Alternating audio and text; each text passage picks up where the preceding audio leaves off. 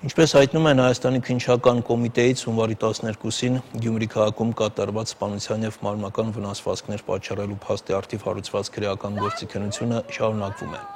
Հայաստանի քննչական կոմիտեն իրականացնում է հանցագործության հանգամանքների բազմակողմանի, լրիվ և օբյեկտիվ քննության ապահովմամբ, ինչպես նաև հնարավոր բոլոր վարկածների ստուգմանն ուղղված անհրաժեշտ քննչական և այլ դատավարական գործողություններ։ Միջոցներ են ձեռնարկվում պարզելու նաև առերևույթ հանցանքը կատարելուց հետո Ռուսաստանի Դաշնության զինծառայողի փախուստի ուղին, նրա հնարավոր թաքստոցները, ինչպես նաև բռնվելու հանգամանքները։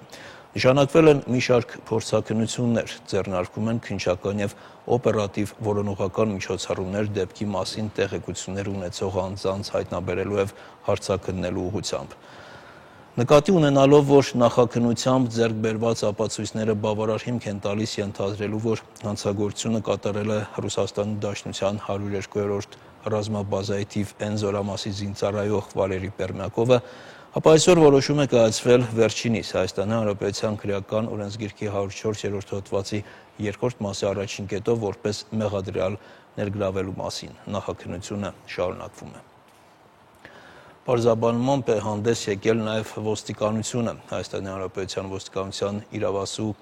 ստորաբաժանումները Հայաստանի Հանրապետության օրենսդրությամբ իրենց վերապահված լիազորությունների շրջանակներում շարունակում են իրականացնել անհրաժեշտ օպերատիվ հետախուզական միջոցառումներ ուղղված հանցագործության ամբողջական բացահայտմանը, հանցագործության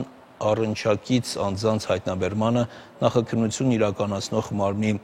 հանձնարարությունների կատարմանը։ Այսօր Հայաստանի Հանրապետության պաշտպանության նախարարի առաջին տեղակալ Դավիթ Տոնոյանը